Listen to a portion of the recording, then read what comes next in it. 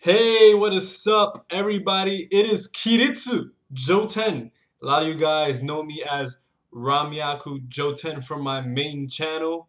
This is my second channel, but that's gonna be on a channel update later on. This video is focused on Godzilla 2014 and my views, my thoughts, and my overall review for the movie. Before I start the review, I want to talk about something that seems rather unfortunate and something that's been happening a lot with critics and reviewers of all types of media and mediums and things of that nature. I've come to see that a lot of reviewers tend to actually view and base their reviews on said media based on the expectations that they had on the said media, which is really unfair. Because if your expectations were not met, then you're not going to give a fair review. You're going to have negative thoughts and things of that nature, which is understandable because as humans, we sometimes can't control the emotions that come with either being overjoyed that our expectations were met or dissatisfied that our expectations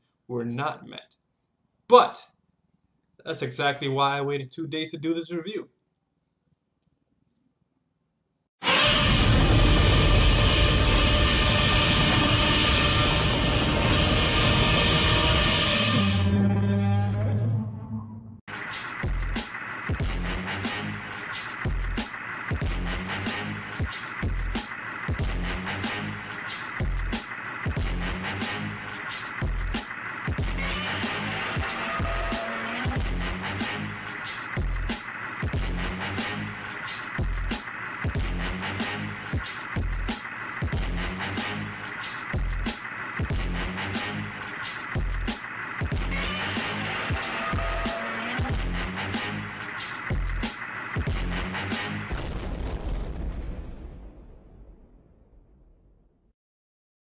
Now, this is going to be a rather short review because I actually did a little mini written review and I'm going to read it to you guys. And right after that, I'm going to give my pros and cons of this movie. Then I'm going to give my overall rating. Now, just to let you guys know of my work on my main channel and possibly any new viewers, this is not the formula I'm going to follow going forward. It's just that I already pretty much put all of my major thoughts and emphasized them on this little mini written review that I did in my Facebook group called the J Room. Now, this is exactly what I say verbatim on the written review. Okay, so here's my overall thoughts on Godzilla. It's a great movie. Many people and critics are complaining about Godzilla not really showing Godzilla, which is understandable. But at the same time, that's the curse with Godzilla. If you show him too much, then it can seem as if his appearance is forced many times. If he shows up too little, it just wasn't enough. Despite Godzilla not having much screen time, the movie overall is fantastic. Despite people here making fun of him, which I'm talking about the people within my group, Watanabe was the second best actor behind Bryan Cranston. This movie did do a lot of teasing, such as not showing the first two fights, but let's be honest here. If they show the fights, then people will complain about how Godzilla didn't defeat Muto right there and then. And yada yada yada. You guys already know the business. Especially those in the anime manga community. You guys already know. Plot holes, plot holes. You guys already know. Right? This movie, unlike many other huge franchise reboots nowadays, catered to the Godzilla enthusiasts before the general public, which I believe is something that a lot of people tend to miss here.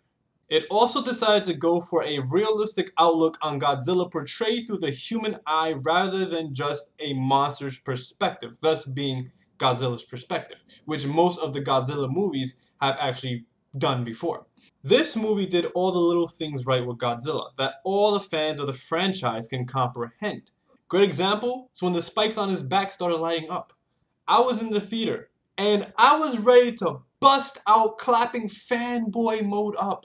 But I would have looked like a retard because everybody else in that theater, except for maybe 3 or 4 people, knew exactly what that meant and they clapped with me. Everybody else just flew right by their heads into Godzilla's spat.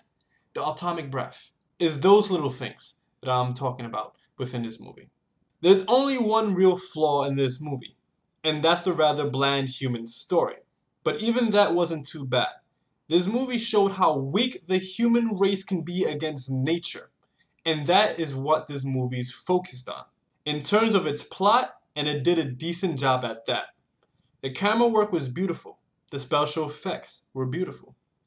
The scenes with Godzilla itself were flat out amazing, and if you say so otherwise, you're only lying for God knows what reason. Or in this case, Godzilla knows the reason. The main complaint I see is that there isn't enough Godzilla, which is understandable. But I feel as if you guys are too used to the crap we've received over the years, if you're complaining about that over the rather bland human story. People were expecting a perfect payoff and pretty much got it in the final act of the movie. But since it's not enough Godzilla, it's not a good movie overall. Anyway, I say it's a go-see movie that sets up for a new franchise by its overall plot and not its ending. And that is my little mini written review. You know, I'm not going too in depth with the movie, not trying to spoil anything for anybody within the group and anybody who's watching this review right now who hasn't seen the movie. Now, with that out of the way, I'm going to discuss my pros and cons, and I'm going to wrap it up with my overall rating, and then I'm going to get right on out of here. So you can go watch Gojira. Now, the pros of this movie, there's 3 of them, in my eyes, that I decided were worth discussing. The first one is one that is very, very, very iffy because some people feel like it's a weakness. I actually think it's one of the strengths. And that is this movie showcases that a Godzilla movie doesn't require a lot of Godzilla to be great. This movie, perfect? No, it's not perfect. But it's a great movie.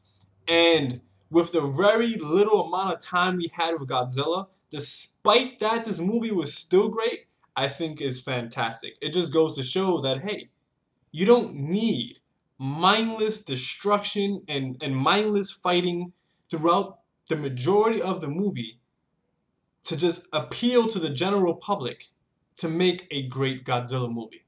And if you think of it that way, I'm pretty sure you guys can agree. If not, that's fine. We all have opinions and we're all entitled to our opinions. That's fine. Second pro. Beautiful cinematography, great camera work, and the special effects were just fantastic. It was amazing. And the last pro is the amazing climax to the fight, right? Everybody who's seen the movie knows exactly what I mean when I'm going to do these gestures. That, mind blown. That was, whoa. That was fantastic. That final scene within that fight, when Godzilla did boom, boom, oh my god.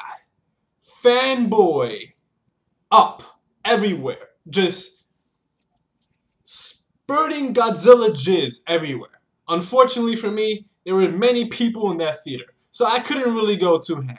But that was just, oh man. And when you get to that part in the movie, you're probably going to freak out as well. If you didn't see the movie, of course.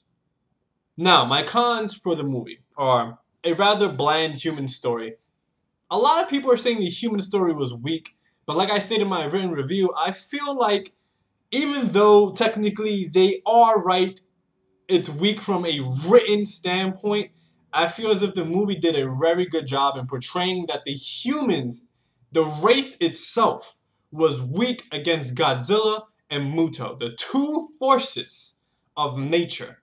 And humans cannot control nature, despite the fact that they think they can, which leads to one of the better quotes of the movie, which is Watanabe's line, which then leads him to say, let them fight. Another con, which really didn't bother me, but I have to address this as a reviewer, and I can understand why people are bothered by it, and other critics go, It is too little Godzilla in a Godzilla movie. I didn't mind it, but then again, I am a huge Godzilla enthusiast, and with my mindset, I'd rather have a Godzilla movie where Godzilla only shows up for about 10 to 12 minutes total screen time in the movie, and have that movie be great, rather than a Godzilla movie where he shows up about 60 minutes within a 2-hour movie, and the movie is complete crap. So that is my mindset. That's why it doesn't really bother me that much, but I can understand why, especially when the first 2 fights were pretty much teased and cut off. Granted, I'll give you guys that one. A lot of people were complaining about Aaron Taylor Johnson's performance within the movie. I felt like he did a good job with the role he was given. And for me, it wasn't necessarily his acting that was bad, even though you can make an argument and you can make a pretty good rebuttal. I'm really sure you can, because even I can make a good rebuttal, and I'm saying he did pretty good. However, the last con is that the main character, which was the character that Aaron played, Lieutenant Brody, was an inconsistent main character. What do I mean by inconsistent main character? Just emotionally, he was very inconsistent. And therefore, it kind of led to inconsistent acting. It was like, one minute, this guy has some emotion, and then the next minute, he's just a prototypical soldier. No emotions at all. So, the main character itself, I don't believe it was really Aaron's acting per se. I just believe it was just the main character that kind of led to just a discrepancy and inconsistency within the acting itself. And therefore, it just led to an inconsistent main character. Because overall, the acting wasn't too bad. Yeah, there was some cliche stuff here and there with the military and stuff like that. But yeah, whatever, right? They were fodder. They weren't really important. Overall, the main characters, the main cast of characters, they did a pretty good job, a very decent job. Aaron, I felt like his character just led him into this no man's land of how should I portray this character? How should I portray certain emotions within a certain scene? Should I go with the soldier route and show no emotions? Or should I go with the more human route and show emotions? And I feel like that's what Aaron got hit with. And even Aaron really couldn't understand what he was doing because of what he was given in terms of the character itself. But I could be wrong. That's exactly what I got from watching Aaron's performance in this movie. Anyway, you guys are probably wondering, what is my overall rating for this movie, Godzilla 2014? Well, my overall rating is an 8 out of 10. But overall, I feel like the pros outweigh the cons, especially when it is pretty much already confirmed that we're going to have a sequel. It's already flying through the internet. I read the article earlier today. And not only that, the movie itself kind of sets up for more sequels, for a franchise of how they discussed on how Godzilla was created and how the Mutos were created and how they go about. Not trying to spoil anything for anybody who hasn't seen it, but you guys who have know exactly what I mean. And that could set up possibly for Monster Island if they so choose to go that route. If they do not, with the way the movie went and progressed and how the plot was portrayed and how the creatures were portrayed and how they were created, they can do something very similar to Monster Island as well.